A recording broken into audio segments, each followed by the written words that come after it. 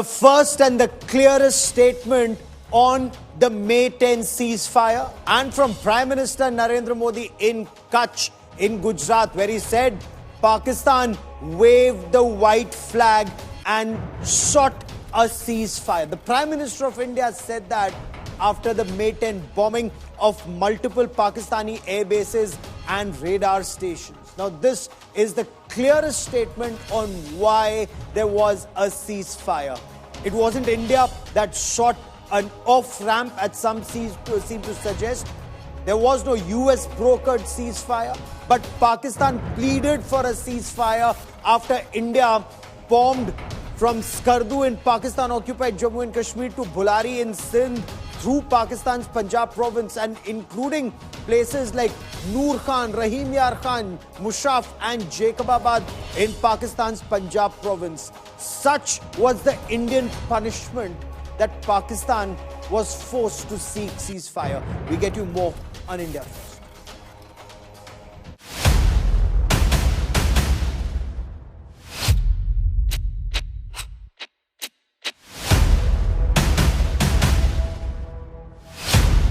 Prime Minister Modi cautions Pakistan. Roti और गोली warning to terroristan. सुख चैन की जिंदगी जियो, रोटी खाओ, वरना मेरी गोली तो है ही. Prime Minister names and shames Pakistan army and government. Pakistan की सेना और सरकार के लिए पैसा कमाने का जरिया बन गया है. India for Vikas, Pakistan for terror message. Tourism लोगों को जोड़ता है, लेकिन पाकिस्तान जैसा देश भी है जो टेररिज्म को ही टूरिज्म मानता है. Big focus on India First. The roti or goli comparison, now that was the clearest message to Pakistan that Operation Sindoor is the new normal. So Pakistan may have raised the white flag metaphorically on the 10th of May, but Pakistan Army Chief, rather Field Marshal and Pakistan Prime Minister are in Turkey shopping for weapons. The images that you see on your television screen right now, that's Prime Minister Narendra Modi. This is his roadshow in Ahmedabad. So he was in Bhuj earlier this morning, then Kutch later this afternoon, and currently is in Ahmedabad. And this is where the Prime Minister across Gujarat getting a hero's welcome. This is the first time, of course, he's spoken of Operation Sindoor at Adampur in Punjab. He spoke about it in Bikaner in Rajasthan. But this is the first time he's giving, one, details of Op Sindoor, and two, he's directly addressed the people of Pakistan. He's addressed the youth of Pakistan, where he's asked them that, ask your leadership, what has their terror obsession got them? India is today the fourth largest economy in the world. Where is Pakistan? Why is terrorism their only focus area? And that's because the Pakistan government and the armed forces, they're enriching themselves and not the people of Pakistan. So the Prime Minister's message, either live peacefully with us, coexist peacefully, or stand by for Modi's bullets. Prime Minister Narendra Modi today directly addressed the people of Pakistan. And he asked them, he urged them to ask their government, and especially the youth of Pakistan, what is it that their terror obsession got them after so many decades? The Pakistan army is richer, their government serves their army, but who serves the people of Pakistan?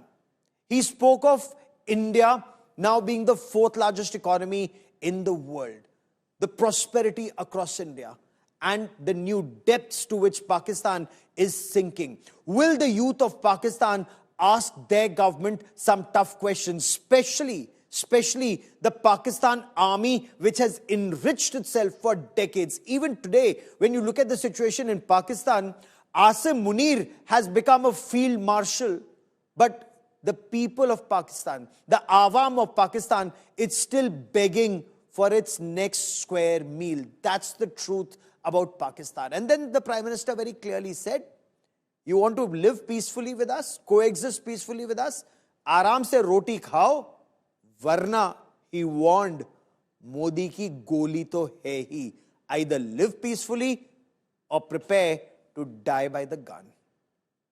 हमने आतंकवाद के ठिकानों को तोड़ना था, मारना था, सबक सिखाना था।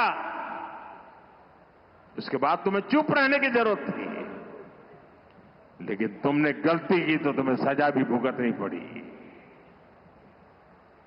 साथियों,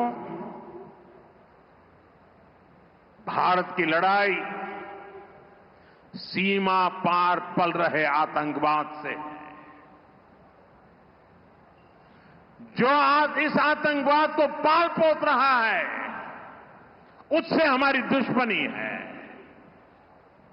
मैं कच्छ की इस धरती से, पाकिस्तान की सीमा पर सटा हुआ मेरा जिला है, मैं पाकिस्तान के लोगों को भी कहना चाहता हूं, क्या पाया आपने? हिंदुस्तान दुनिया की चौथी इकोनॉमी बन गया और तुम्हारा हाल क्या है? तुम्हारे बच्चों के भविष्य को बर्बाद किसने किया? तुम्हें दर दर भटकने के लिए मजबूर किसने किया? ये आतंकवाद के आकाओं ने।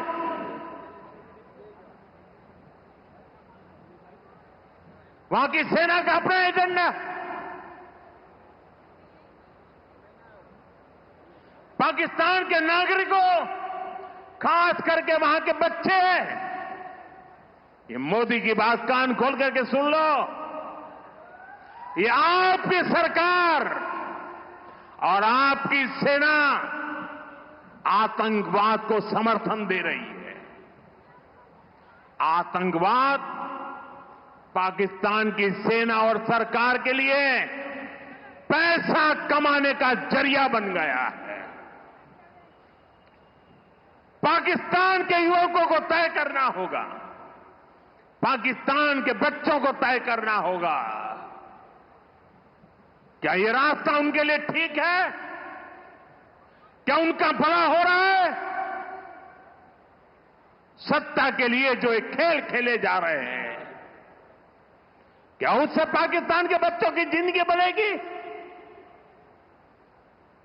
मैं पाकिस्तान के बच्चों को कहना चाहता हूं, ये आपके हुक्मनारा, ये आपकी सेना आतंकवाद के साए में पल रही है। वो आपके जीवन में खतरे पैदा कर रही है, आपके भविष्य को नष्ट कर रही है, आपको अंधेरे में धकेल रही है।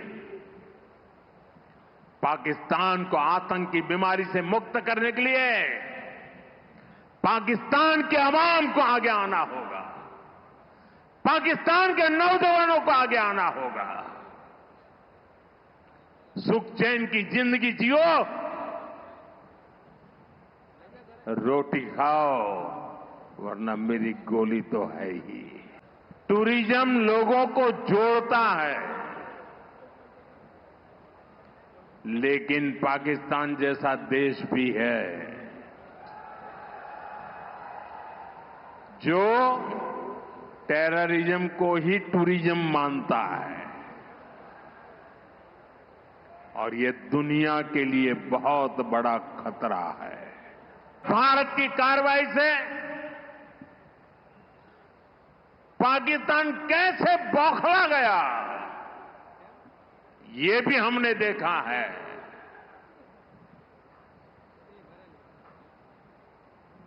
9 तारीख रात को हमारी कच्छ की सीमा पर भी ड्रोन आए, ड्रोन। हमने तो आतंकवादियों के ठिकानों पर हमला किया था, उन्होंने हमारे निर्दोष नागरिकों पर हमला करने की कोशिश की, और जब उनके ड्रोन दिखने लगे तब भारत ने भी उनकी सेना पर 2 गुनी ताकत से हमला किया। भारत ने जिस सटीकता से पाकिस्तान के एयरबेस को, उनके सैनिक ठिकानों को तबाह कर दिया, उससे दुनिया हैरान हो गई। पाकिस्तान के हमले का जवाब हमने इतनी ताकत से दिया कि उनके सारे एयरबेस आज भी आईसीयू में पड़े हैं, आज भी आईसीयू में पड़े हैं। और तब जाकर के पाकिस्तान शरणागति के लिए मजबूर हो गया। पाकिस्तान को लगा बच नहीं सकते, भारत ने रौद्र रूप दिखा दिया है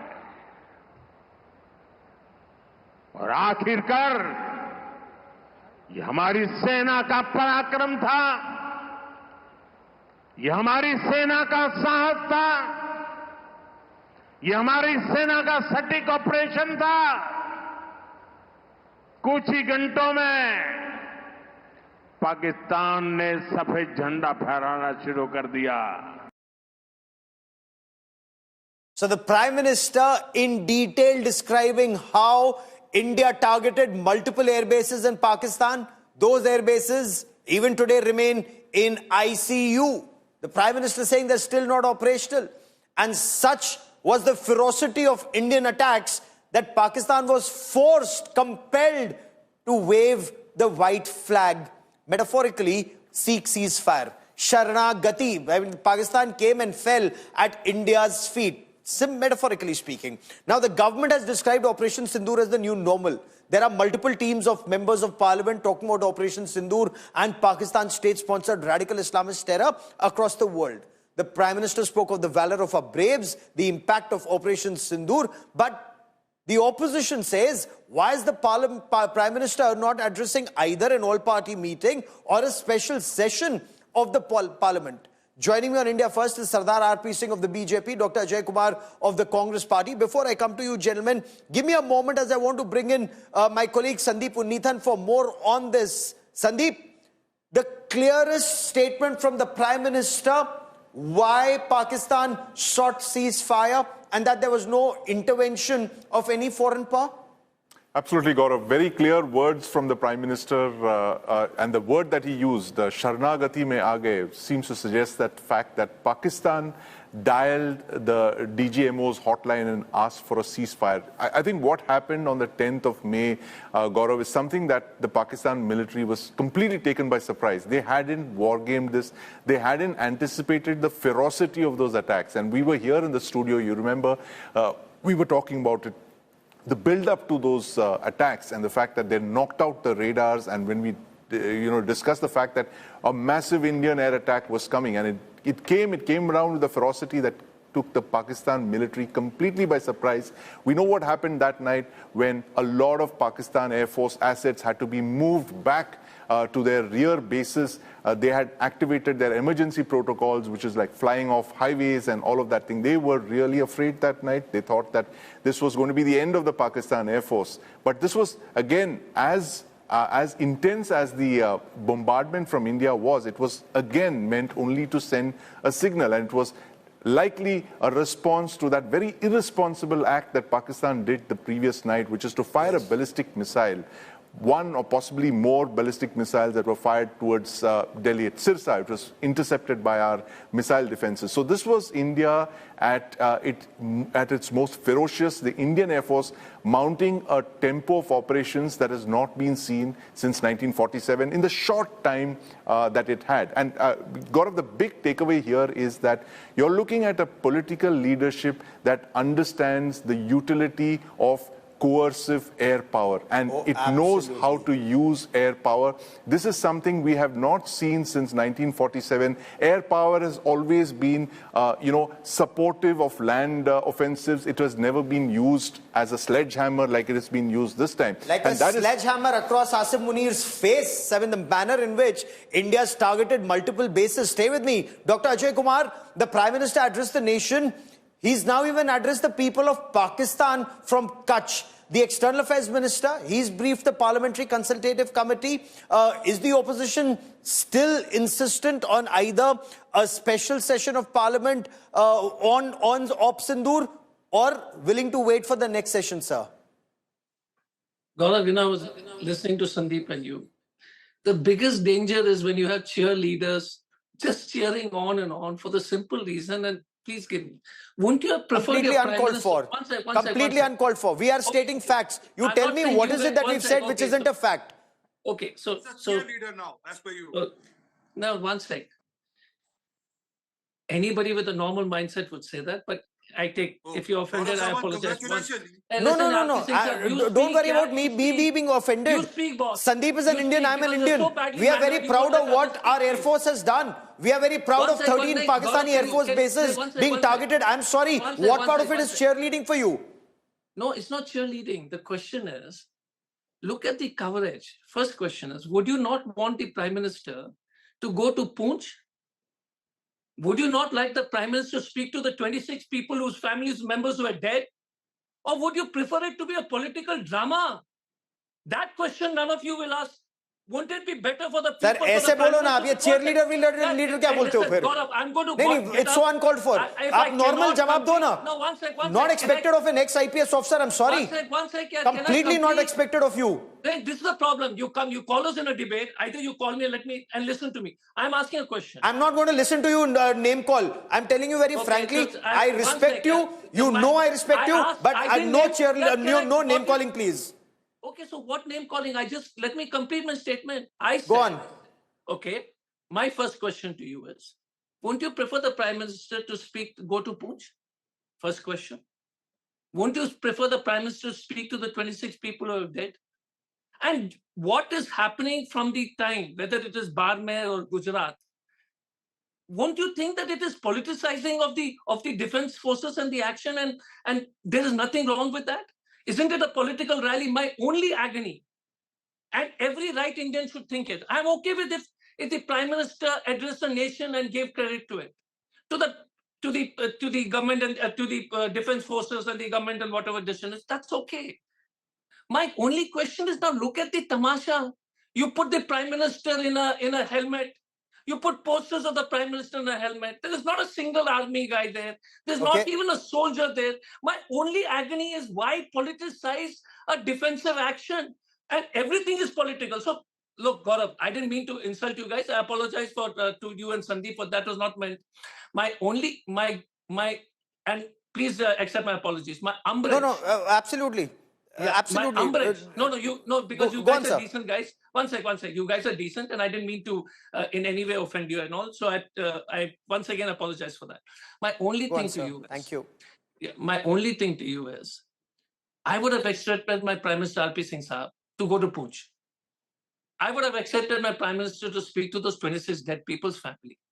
That is the minimum request I would have had. If that is too much, I'm sorry for offending you. Second issue, my request to you is, everybody standing with the country, standing with the actions we have taken.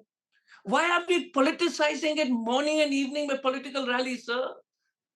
You will fight Singh, please for respond. These are pertinent points. Pertinent points that Dr. Ajay Kumar raises. Sir, you didn't have to apologize. But go on, Sandeep. And apologies to you and Sandeep. No, I didn't mean it that way. Very sorry, Sandeep. Very sorry, Gaurav. R.P. Singh, response, sir. Sorry. Gaurav, they have been apologizing. I mean, they apologized for Rafale in the Supreme Court when they casted Prime Minister about the Rafale deal, and then they went and apologized in the court also. So that's how the party is, and that's how the spokesperson also. So this is again uncalled for, completely uncalled for. This was a comment that I had. Sir, you're making a political comment. This was a personal comment that Dr. Ajay Kumar, since you've known each other for a very long time. Allow me to because Rafale is important. That's why I brought it here. Remember what sort of nonsense he kept saying about Rafale? And they are still doing it. And we know it, they are doing it intentionally for certain lobbies. Remember that Pfizer injection after the Corona, during Corona? Oh, Pfizer. But let's stay on this subject today, sir. No, give Our me a subject second, give me a today, second, give me a he's second. raising points. Why didn't the Prime Minister, Dr. Ajay Kumar says, should he not have gone to Punch the way Rahul Gandhi did and raised those issues? Should he have not spoken to families or next of kin of the people who were killed instead of, as the Congress puts it, these political rallies that he's doing on the valor of our braves, sir? Do you think it is a political rally? It is a rally to send a message across the border to the people of Pakistan that there is still an opportunity for you to mend your ways and mend your leaders also. There's an opportunity for you. Otherwise, you will face the bullet of the country in Indian Army. But that was the message. So what is wrong in it? Because ultimately, how do you think things will change in Pakistan? Things will change only when वहाँ का आवाम वहाँ पे खड़ा होकर बोलेगा कि साहब आप गलत कर रहे हो, हमको गोली नहीं खानी. We don't want a bullet from the Indian Army. There's the issue. Okay. And also, give me a second now. Man, they ask questions on Indian Army, saying कितने हवाई जहाज गिरे, आपने ceasefire क्यों किया? I mean, although DGM has categorically stated that it was the ceasefire asked by the DGM of the Pakistan, and we are not ceasefire still. We are still on. It's just a pause. Okay, Dr. Ajay Kumar, you want to respond to these 2 points that have been raised before I bring in Sandeep again? Because even veteran Congress leaders like Salman Khurshid and Shashi Tharoor and Anand Sharma, they've very, ably taken India's case across the world. And of course, even said that people like Donald Trump are trying to claim credit, not doing anything. He had no role to play in the ceasefire. Has the Prime Minister also answered that question effectively today, sir? No. So the couple of questions. Like the Prime Minister says, Modi ki goli. It is not RP Singh Saab the right way to do it. It is Desh Bharat ki Your goli. leader can't utter a word, so what is wrong in it? Boss, I don't interrupt One by one. Okay. You're so badly The moment Dr. Ajay Kumar finishes, I'm coming to you, sir. I never interrupt you, boss. Yeah, Sorry, go ahead. RP Singh Saab, you're a friend of mine. Sir, no offense. cool. It's not. No, you're a good. Sir. Please go ahead. You're a good guy. Sir, go ahead, sir. Nothing personal. Okay. Thank you, RP Singh sir. My only question to you is, I would request the BJP, whether it's their posters you're putting, whether you are saying Modi ji ki goli and all that, it just makes, everything political. The defense of the country. You say that Bharat muh to jawab dega, anybody would be okay. Because what happens is then the Prime Minister becomes a political person. No, I'll just complete, sir. Second issue, again, I'm repeatedly saying, Operation Sindoor has become some kind of a political messaging going across the country. That's not a good thing for the country. The BJP has done political programs to it. It just makes sure that you make people divide on political lines. Right now, we need to be on the same page. And we were on the same page for a long time. But once you made it political, then it is. So my request is that everybody in this country should non-politicize it, Gaurav, so that everybody, because the moment it becomes political, then you have 70% or 60% of India saying, hey, I didn't vote for BJP. Why should I follow them? This is unnecessary. Please respond. Yeah. Please respond. It is unnecessary.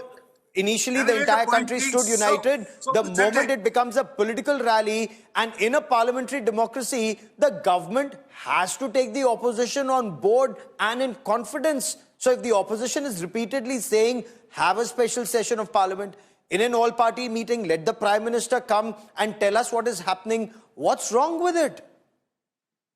Well, Gaurav, before I answer that, who other than congressmen is not happy in this country? He said 65-35. I mean, man is out of his brain. I'm sorry, sir. I have to use this hard word. No personal attacks, sir, please. No. I'm sorry, No but I have to use this hard word. How can you think country can be divided on Operation Sindoor? Who in this country is not saying, yes, we did it. As Indian, we did it. And yes, do you remember? Give me a second. Do you remember Manmohan Singh ji, after 26/11, Major Homi, Fali Major Homi made a request that Air Chief Marshal Fali Homi Major. Yeah, he made an Air Marshal request, Fali Homi Major made a request, and he was denied that.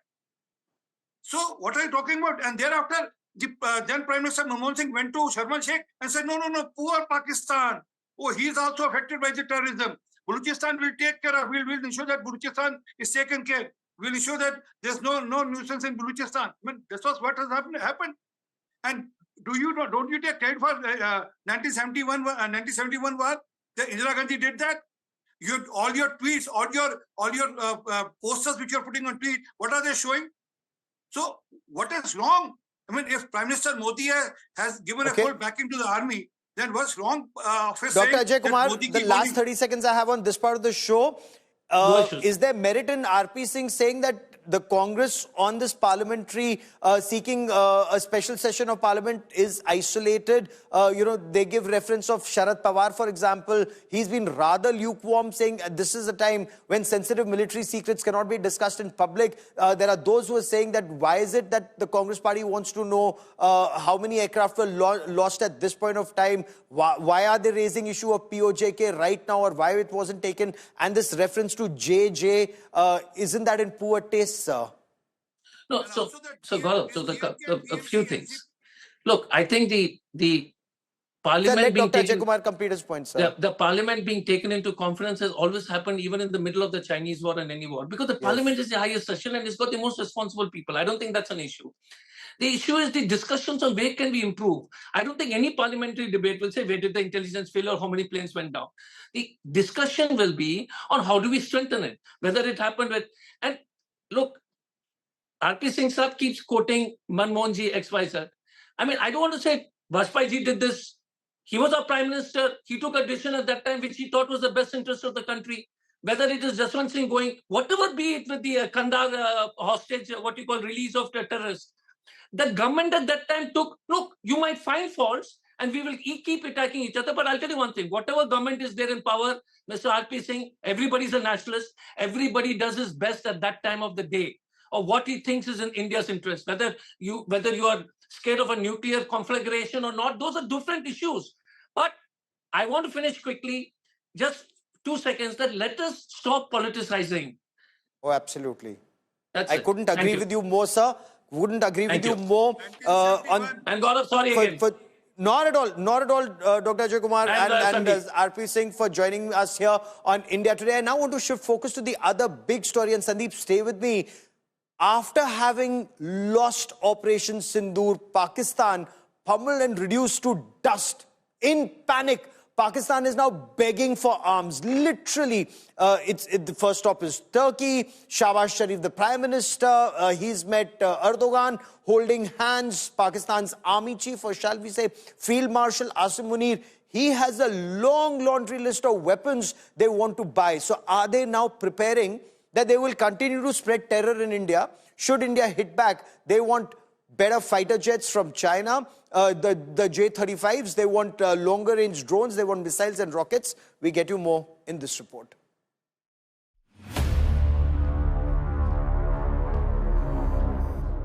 Indian intelligence agencies have blown the lid off Pakistan's latest war preparations, and the timing is no coincidence. Just 2 weeks after India's successful Operation Sindoor, which demolished terror infrastructure deep inside Pakistan, their army and ISI have gone on an arms shopping spree. Sources say Pakistan is acquiring from China ground-based launchers capable of firing rockets, grenades, heavy shells and 30 killer wing-loom drones. And there's more. With the assistance of China and Turkiye, Pakistan is assembling a full-fledged drone brigade, reportedly set for deployment in Pakistan-occupied Kashmir and along the international border.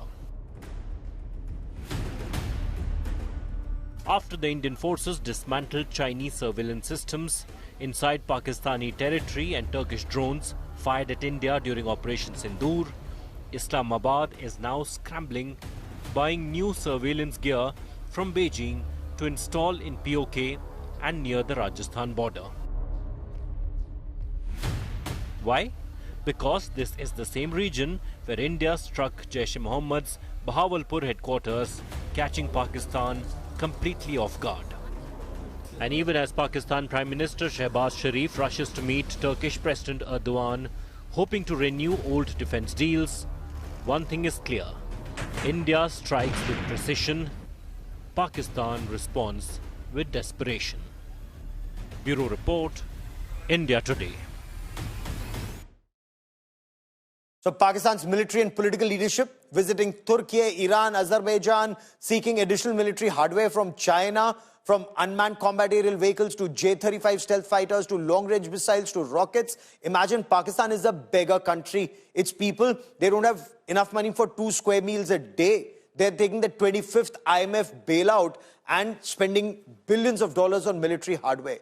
Joining me on this India Today special broadcast is Dr. Tara Kartha, former director of the National Security Council Secretariat. Sushant Sareen joins us on this broadcast. Also with us is Ambassador Ashok Sajjanhar. Sandeep stays with me on the show. And I want to quickly begin by asking you, Sushant Sareen, your appreciation. You know, the Field Marshal of Begaristan is already in Turkey with this long list of weapons he wants to buy. They have no money. You've seen that weapons list. What do you make of it? Gaurav, I'm not surprised. You know, the Pakistanis had this inflated sense of their defense preparedness, and that was, shown up for what it's worth. Frankly, I think I would encourage them to go and buy more Turkish stuff, which has proven to be rubbish. So they can buy the Turkish stuff. The Turks can get a market in Pakistan. The Turks are not giving anything for free to Pakistan. They've never given anything for free. So if the Pakistanis want to spend themselves into ruin buying Turkish rubbish, they are most welcome to do it. But it's not as though we are going to be, standing still and not, upgrading our own systems. In fact, we would be probably be doubling up on modernizing our own forces and bringing in new technology. Then there is the China factor. The Chinese, of course, give them very subsidized stuff, much cheaper than anywhere else, but they also charge money. The question is, how much money can Pakistan afford to spend at a time when its budget is already very severely stretched? Now, Yes. This time around, there is some speculation in Pakistan that the defense budget is likely to go up by almost about 25%. And this does not include the fact that their pension bill has again skyrocketed apparently this year.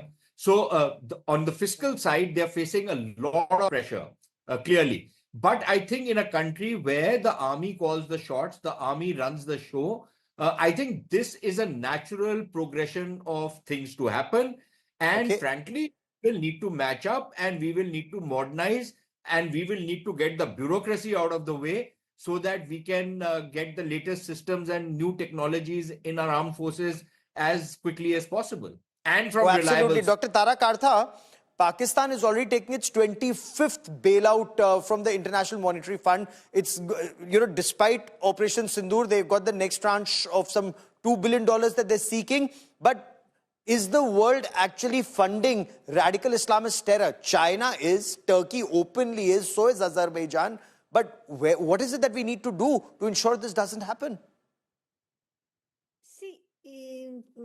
People sort of supplying weapons is something which is part of the deal, right? Everybody supplies weapons to everybody else and that sort of thing goes on. Here the problem was that those drones we were talking of, the Songa drones, were never actually seen in public. There was no public notification at all. And suddenly they appeared out of the blue after, you remember, the Turkish aircraft came and then there were the Songas. That is what concerned me. That this is the first time, now I could be wrong, maybe they supplied it earlier, but we had nothing. I mean, we were watching this for some time. So that is worrying, that they stepped in at a time of extreme tension and supplied these drones. Songas are no big deal, but then they were there. Number two is that this, what they call the three brothers, the Turkish, Azerbaijan, China kind of thing. And this development of the Khan aircraft, we cannot, which you just showed on your slide, excellent. The Khan, the next generation fighter aircraft, powered by Russian engines. Yes. They don't have engines of their own. This is the further on to the RD-93 engine. Absolutely. Possibly, that is somewhere where we can step in. You need to get your own, let's face it, you have to get your own industry up and going. You've got people who can make Songar here. And they haven't been given the contracts. So we need to be on the fast track in getting our own innovation people here. There's a lot of made in India stuff that was used during Operation Sindoor, and I've seen it firsthand in the battlefield, and I've also seen what a disaster Turkish drones were. And we have debris of several Turkish drones. I've also put it out on social media platforms and on India Today. But Sandeep, concerned about the manner in which General Asim Munir, is going around with this list? The J-35s getting at 50% discount from China, said to be their 5th generation stealth fighter. Not surprising at all, Gaurav. Pakistan is a security state, let's face it, and the military controls everything. And, Pakistan's national security priorities are actually the Pakistan Army's priorities. So it's not about feeding the people or, building dams or canals or starting a green revolution or anything. Those are not their priorities. Their priorities are to build up the Pakistan military using this new set of weapons that they got. And, it's not so much about the weapons, Gaurav, it is about the mindset of the Pakistan military. What these new weapons do to their mindset. They are in this fantasy world that they can somehow match up to India. They can, it's all about equivalence with India. And this has been the case right from 1947. Every time you see a new weapon platform entering the Pakistan military, there's a sugar rush. Oh, we have the Starfighter. We can beat all the Indian Air Force aircraft. Oh, we have this. Oh, we have that. Oh, we have the F-16. We are now getting the Patton tanks. Yes. Oh, now we are going to get these wonderful Chinese long-range missiles. Oh, we have the HQ-9s. Now, every one of these systems is shown up for what they are in combat. When every time India replies to that first blow that's struck by Pakistan, it's a flurry of blows that we hit them with. And then they realize, oh my God, no, now it's time to go back to the drawing board. Maybe we need more of this or we need more of that. So it's the unending kind of process when maybe then we should strike harder and strike longer. But before I come back to how we need to continue, striking Pakistan repeatedly without fail, Ambassador Sajjanhar, are you disappointed the manner in which the world has reacted? I mean, not that Turkey was ever a friend, but that Operation Dosti, we helped them through the earthquake and we give them access to 8 or 9 airports for baggage handling, security handling and so on. And Turkey repeatedly stabs us in the back and so openly because Turkey has this wider dream of that Ottoman Empire coming back. Yeah, okay. Thank you, Gaurav. You asked 2 questions. One is as far as the world in general is concerned, are we disappointed? I will say not really disappointed, because I think what India has to send out a message to the world is that India will do what it needs to do as far as its security, territorial integrity and well-being of its people is concerned, irrespective of what the world says, thinks or does. And India did that. India demonstrated that. So I think that message has gone to the world very clearly. Second is, as far as, the world in general, why did they, because people are saying China stood by Pakistan, Turkey stood by Pakistan, Azerbaijan stood by Pakistan. We had only Israel and Taiwan on our side. I think the whole world really was on our side. The whole world called up the Prime Minister and the External Affairs Minister after the 22nd. And they said India has full right to sort of, go after the perpetrators of this crime and so on and so forth. And justice should be meted and to the victims and given to the victims, and perpetrators should be punished.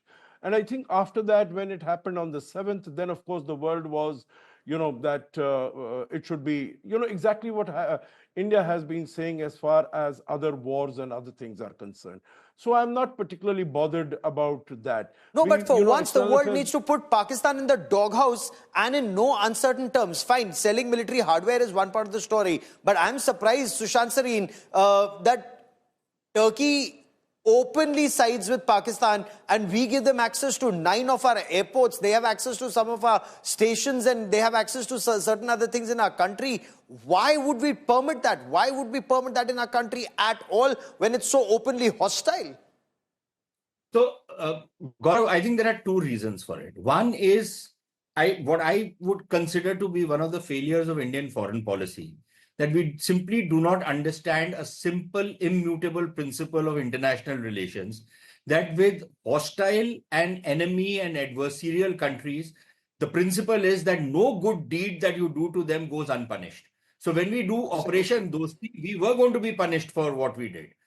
So when your enemy is down and out or is suffering, please let him suffer more. Never help them. The second problem in how we deal with these kind of countries like Turkey and this third-rate Azerbaijan, which is famous for two things. One is oil and the other I can't mention on your program.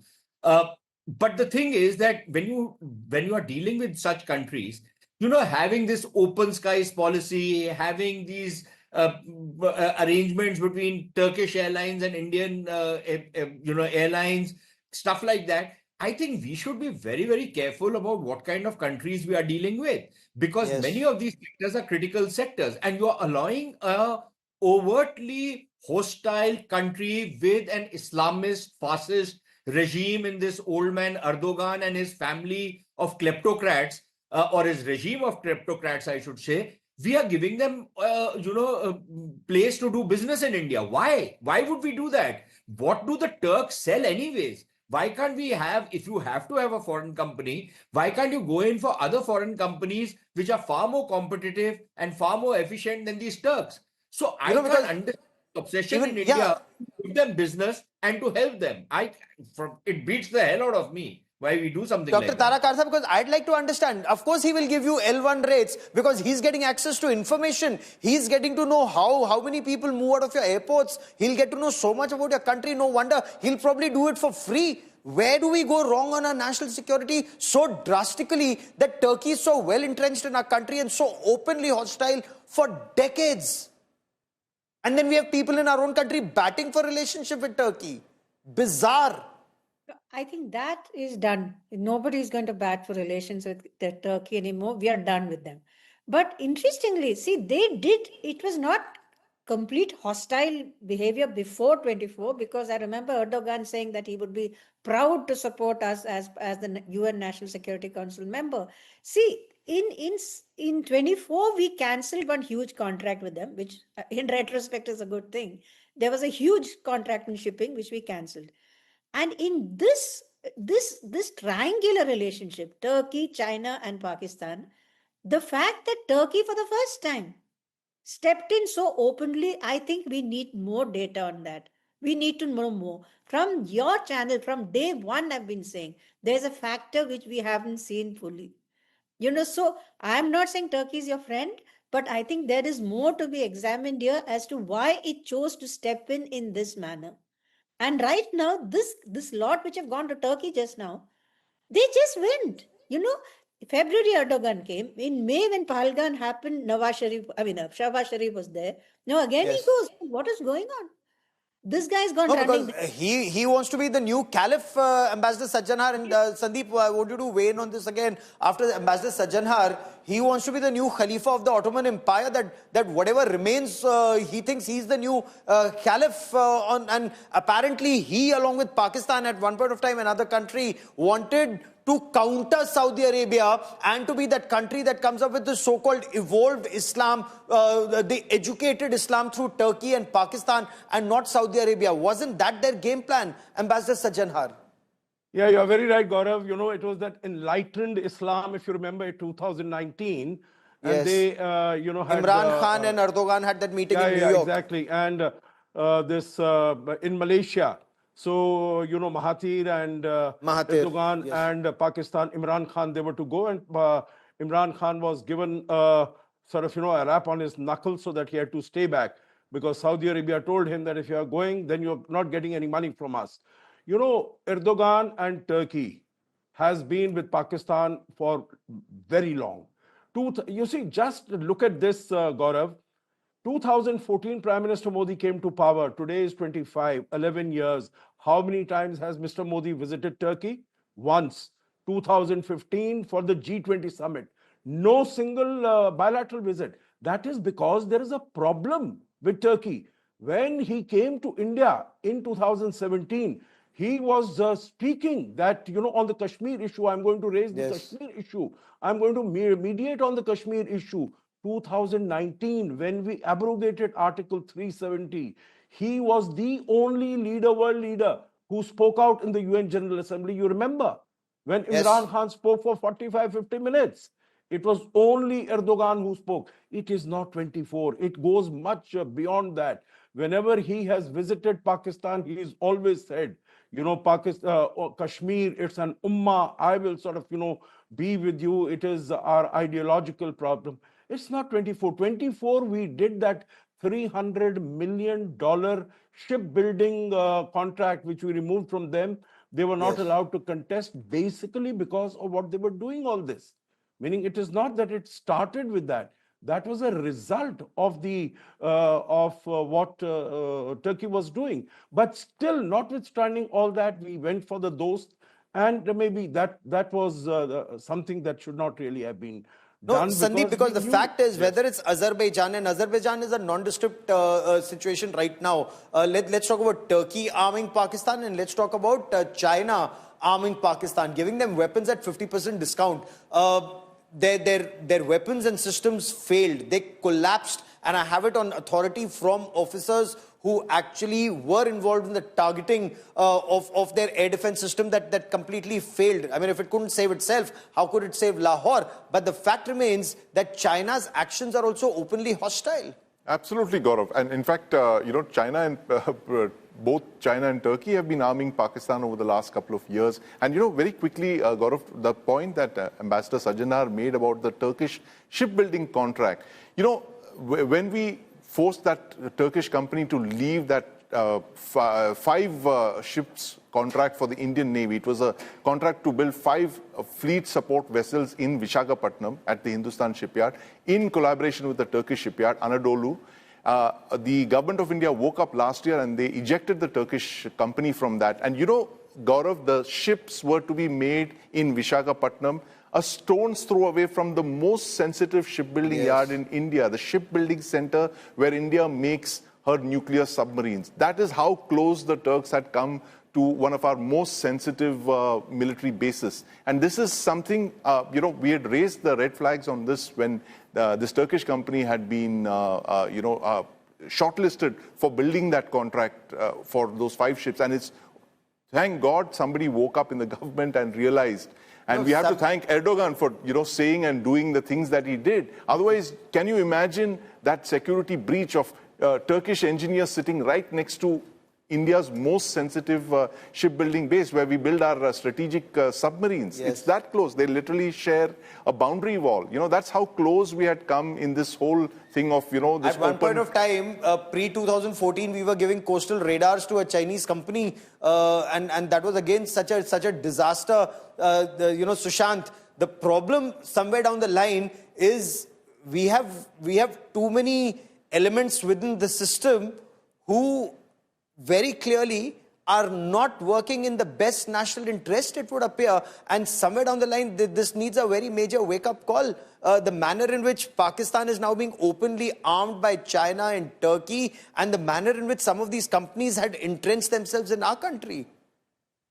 Yeah, but Gaurav, I think there are a couple of problems. I won't attribute any serious ulterior motive of, of the kind that somebody is trying to commit treason until I have adequate evidence.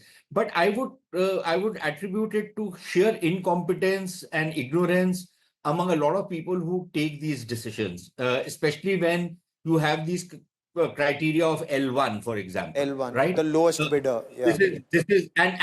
This is without any consideration for the security aspect of what you are entering into, the sensitivity of a project. As Sandeep says, that you are building these ships right next to one of your most sensitive, naval bases or naval manufacturing facilities, and you are giving this contract to a country which people often forget. For the last 10-15 years, Gaurav, Turkey has been at the center of international propaganda against India on Kashmir, on this whole issue of persecution of Muslims.